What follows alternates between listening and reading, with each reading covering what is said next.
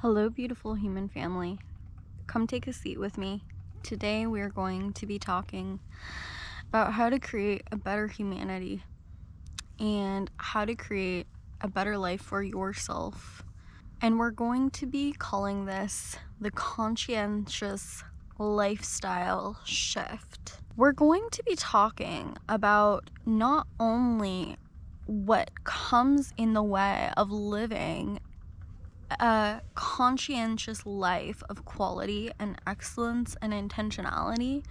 We're going to be breaking down what it actually looks like. And I love to speak about these things in a way that you, as an individual, as a person, can really tangibly take into your life and into your understanding and into your comprehension, without making it feel like I'm just talking about something that is metaphorical or something that you can't tangibly take on for yourself in your life. We're going to be talking about what comes in the way of living a conscientious life, and we're going to be talking about how to live a conscientious life and what a conscientious life really is. So let's start with why we would need to go there in the first place. We would need to go there in the first place because everybody, no matter who you are, we may have past experiences of trauma. We may have hardship. We may have things that are unwanted in our life, contrast that we have to come against, diversity that we have to come up against. And ultimately, every single person wants to live a life of quality where their desires can be obtained and fully actualized. Living a conscientious lifestyle isn't just about overcoming all of the above to get what it is you want and to create a quality life. It's also about doing it in the way of least resistance, in the easiest way, and in the way that is the most feel good and powerful. The way that is the best for yourself and everybody else. And obviously this is a very individualized thing, but we're going to be talking about some factors that can be hit no matter who you are. So let's take a look at the things that get in our way. Now, there are different factors to being a human being that all kind of come together when it comes to the lifestyle that we're living. We have our mindset, we have our physical environment, our physical self, our physical body, our physical experiences, we have our emotional experiences, we have our mindset, and we have our spiritual essence and our metaphysical energy that resides within our body and the energies that we're interacting with. And all of these keys play a factor in living a conscientious lifestyle. And if you have one of these places that are so majorly neglected and out of whack, they're going to be stealing energy from your capacity to truly overcome and to truly excel and quantum leap timelines at an accelerated rate beyond what you would think is possible. Let's get into an emotional mindset perspective first. If people have thoughts like, I can't do it, or like, it's unfair, or I don't know what to do, I'm never gonna know what to do. Or they may even have thoughts like pushing them in a self-hating way, like you have to do this or you're never gonna be worth anything. Whatever it is, we have these thoughts that limit us, that steal our energy, that suffocate us. And that isn't just a thought. It's not just a thought that you're thinking. It goes so much deeper than that. If you would follow a tree's trunk, all you see is the trunk, but the roots go much deeper than that. And it's the same thing with these thoughts, is they're rooted in our energetic body, they're rooted in our physical body, and they're rooted in our emotional body, and they follow through to our choices, our action, our life, and what we feel is possible for us in our paradigm, in our perspective, in our ego. So the first thing that we have to know is that any negative limiting thought that is coming up and causing you pain or causing you to feel like expansion is not possible for you, or expansion is going to be slow, or even thoughts that are fighting against your expansion no matter how hard you are trying and no matter how hard you think you are succeeding. These kinds of thoughts are indicating to you that there is a root issue within you that is going to be stealing your energy and stealing your capacity to excel in your life and be super intentional. Let's talk about what it means to be intentional for a second. To be intentional is to go about creating what one wants in their life in a way where they know they've decided what they want to create and they're going for what they want to create and they're making it happen and they're getting that back. And that's what it is to take responsibility over one's life and to feel a sense of personal empowerment in one's life. And the biggest thing that is coming up against our personal empowerment is ultimately people fighting what is, fighting how they feel, fighting their circumstances, fighting the contrast and the diversity of their life. So we have to start from wherever we are by owning and accepting where it is we are, what it is we're going through, how it is it feels, and claim our personal capability, our personal power of choice of, okay, and what am I gonna do about it? So there is a way for you to get what you want in a form that is least resistance. And we have to start with the mind and the emotional root causes that are holding us back in our life. Now, the physical level to things is things like our mental state and our environment can also play a huge role in how we feel and how much energy we have. For instance, if your physical space is cluttered, that can also steal energy from you and make you feel depressed. If you're lacking vital supplemental nutrients, that can make you feel depressed and steal your energy and make you mentally unwell and incapable. If you're not physically taking care of your body, if your physical environment is communicating something to you that is disservicing you, that can impact your mindset incredibly. And there are so many things that we can do, that we can physically implement in order to get physically connected to the mind. Because sometimes people get too much caught up in the multidimensional state of the mind, and they don't realize there's a physical layer and there's a physical connection of the mind and the emotions that interacts with our body. For instance, creating an environment like lighting a candle or putting on essential oils or doing some light yoga and movement in your body, and then creating some simple mantras or some simple visual focal points is going to create an atmosphere to propel you forward in the next hours ahead of you in order to do whatever it is you need to do to really make the change. But we have to set ourselves up mentally and physically in a very intentional way for what is going to give us enough energy to do what is required of us. For instance, if I need to do a shitload of work to figure out what my career is, or to actually work on the career that I know I have and my purpose, or to do something that maybe not super fun, but I know is going to help me with changing my life, then setting up my day, setting up the next couple of hours in my day, and finding the environment that is going to be the most flow and easygoing for my energy to open up and to be capable of producing the asking of me in that situation to see through that situation.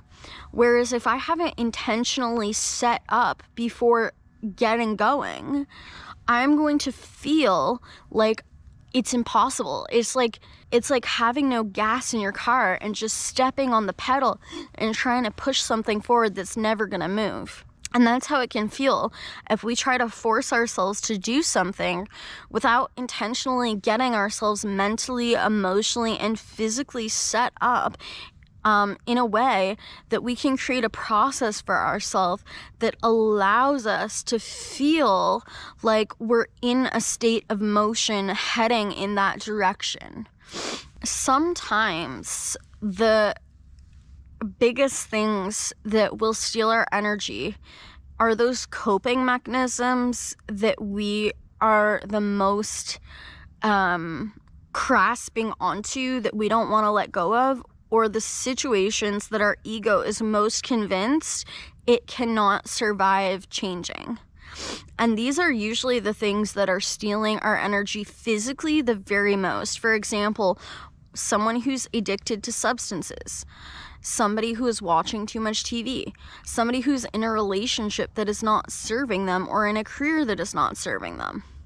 The moment that we actually address these issues physically, will free up the energy that will no longer be stealing our energy, enough to create momentum forward in the direction that we're wanting to go into.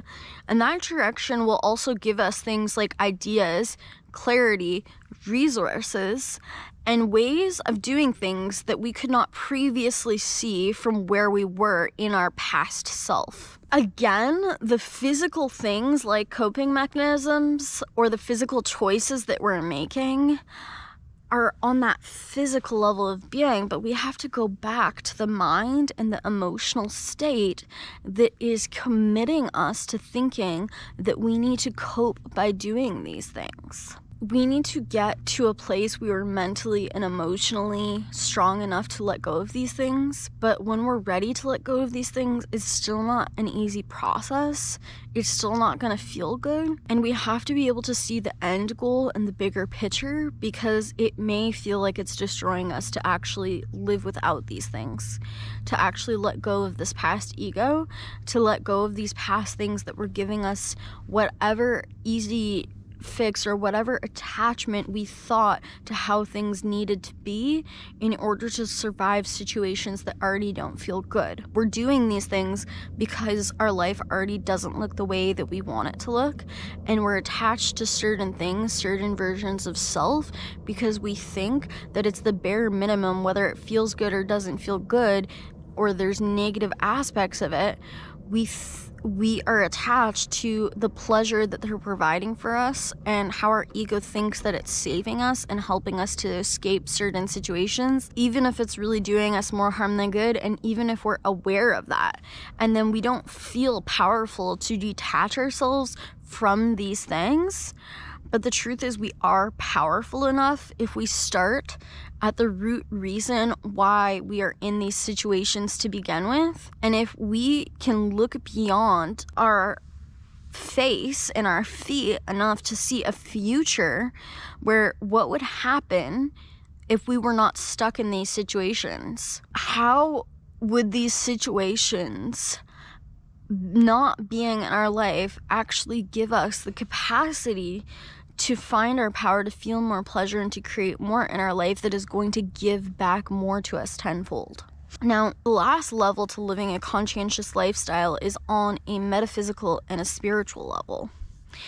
If we're not conscious of the fact that we are energy, that our physical embodiment is a stream of consciousness and energy, that it is a container that is able to be energetically invaded and energetically violated and energetically depleted from things like boundary violations in relationships, or things like someone who is super sensitive is going to feel the energetic layers overwhelming them and exhausting them from being in a city environment too long, with the electricity running and the Wi-Fi running and all of the emotional energies and thoughts of the people and the environment and how humanity is treating that environment. There are so many levels that are going to be energetically depleting you. You can think of yourself and you can think of your environment like a giant battery, and the battery either has a negative charge or a positive charge to it. And when we go out to places like nature, the battery is our mindset and our emotional system are the biggest things that actually keep us from finding a conscientious lifestyle shift. Now, before I tell you what I recommend to go through shifting your emotions and your mindset, let's really define what it is to live a conscientious lifestyle shift. A conscientious lifestyle shift is really at its most simple core about realizing that there is always a way of getting the life that you want, of overcoming the things that you need to overcome in the way that is most effective for you personally, that is individualized for you personally, and that is done in a way that is the most easy, the most feel good, the most committed, without resistance coming up in the way. For instance, if I'm trying to get somewhere in my life, but resistance is coming up and it's slowing down my process and my rate of expansion, and it's slowing down my ability to get what it is that I'm wanting, the way that I'm doing it, the way that I'm going about it, is going to feel like I'm walking up a hill.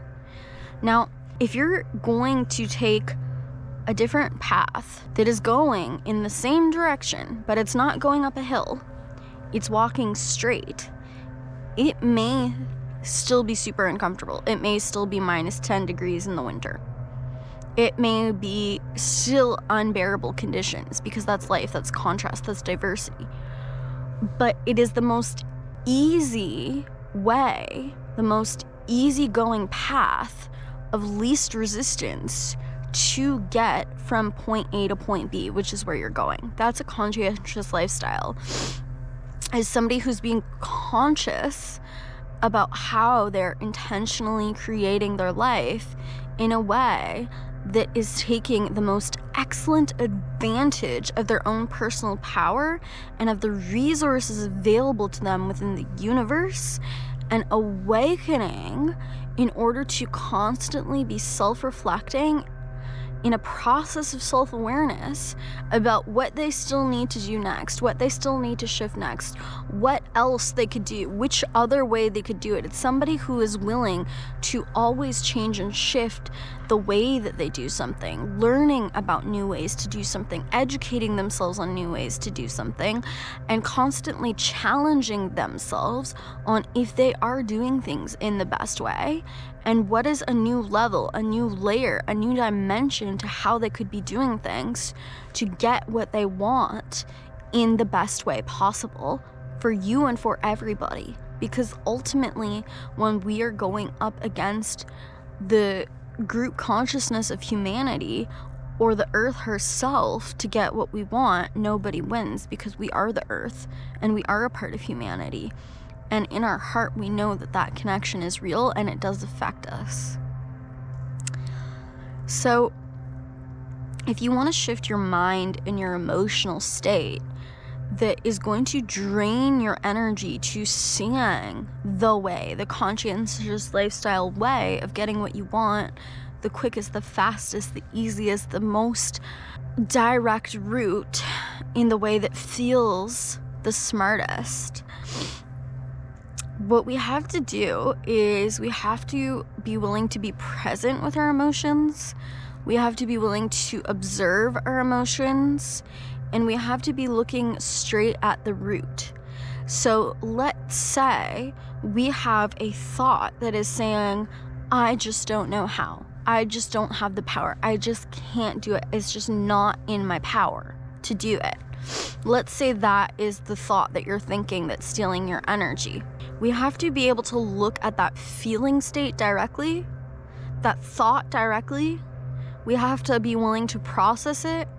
We have to be willing to understand it. And from understanding it, we can shift it. For example, you wouldn't try to download a kindergartner with university level information. You had to speak to them on their level. And it's the same thing with your own internal system and world. You have to understand it enough to really understand yourself enough to understand what it is missing from your perspective in order to shift. when we're walking through life with these thoughts and these feelings stealing our energy, it's kind of like we're walking through a dark tunnel with no ending, and we don't know that the light is up ahead.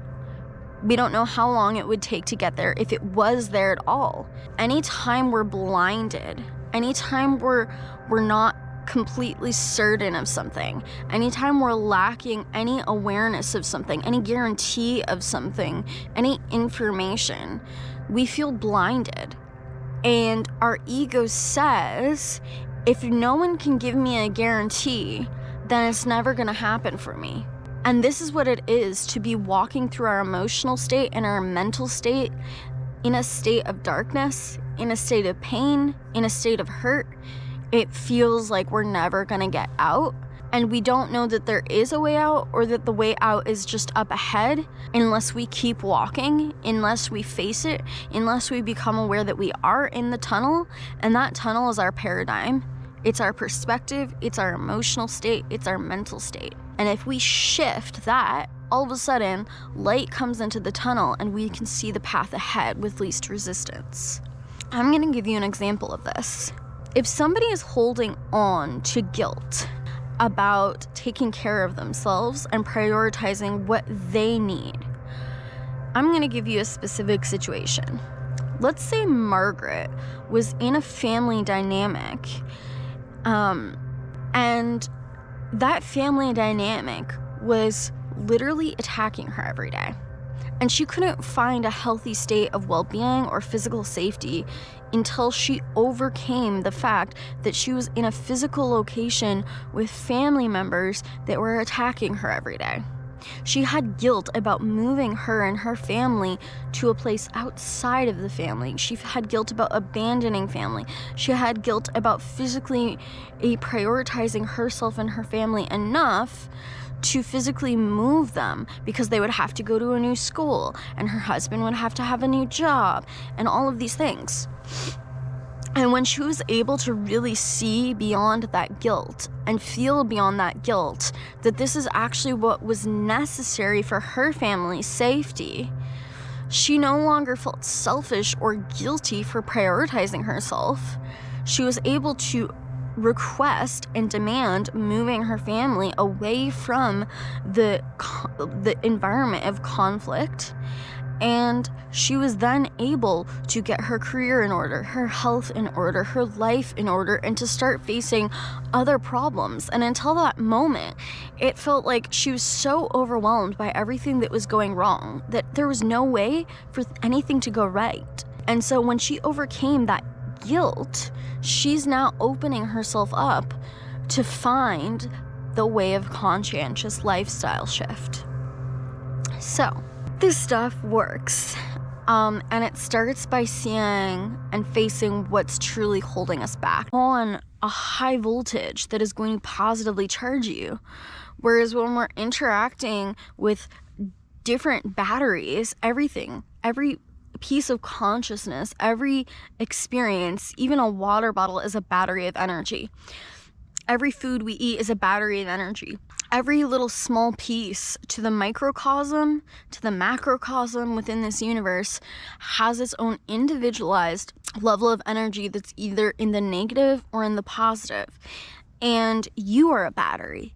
And there are things that negatively charge you, and there's things that positively charge you.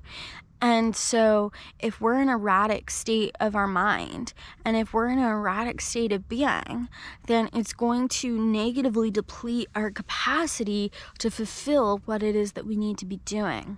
Overcoming in your life, overcoming hardship in your life, overcoming and creating a conscientious lifestyle shift is all about realizing that we have the power, we have the choice, we have the responsibility to our life to get back what we're giving, and there is always a way to expand our potential and to create something different, but we can't see that if we have blinders on. I also want to say that our thought of what needs to happen can be very different from what actually would feel good happening. For example, when it comes to diet, when it comes to exercise, when it comes to what somebody physically needs in their body, everybody is so individualized on that, and there's so many different diets, and there's so many different lifestyles, and there's so many different things that would feel good or not good, and there's so much different layers and information about why that would be for one person or not for one person. And so you may have an idea about what it would look like to get healthy in your head, whereas the actualization of your individual way is going to be much different. So we have to learn and be able to be creative on and open and curious to different ways of doing things and learning about different ways of doing things, and that our idea about what needs to happen in order for something to occur might look very different when we find the way of least resistance for us. I'll give you another example in another area to make this really solid. You might have an idea or an attachment to what needs to happen in order to emotionally heal. And the way of going about that is very different. So, for instance, you might have this idea in your head that it's going to be so painful and so hard, and it's just going to destroy you in your life, and you're going to have to spend thousands and thousands of dollars in therapy. And then all of a sudden you find a book and a community support group, and you start building friendships with people that also want to emotionally heal, and you start to find support within the universe, and all of a sudden you're not doing it alone anymore, and all of a sudden it doesn't cost $10,000 to emotionally heal with therapy, and all of a sudden it's not going to take 10 years, it's going to take 2, because you found the right resources, people, places, and things that are going to give that to you. So what you think in your head about how something can happen, or how it's possible to happen, or what needs to happen can also be very different. There are so many levels and dimensions on how to go about doing a specific thing, how to go about overcoming a specific thing, how to go about getting a specific thing, and we can never stop learning about the new ways of doing this. So it is my wish for each and every one of you watching this to go about finding your way. The sun, chariot of fire, burning with desire as he runs the race.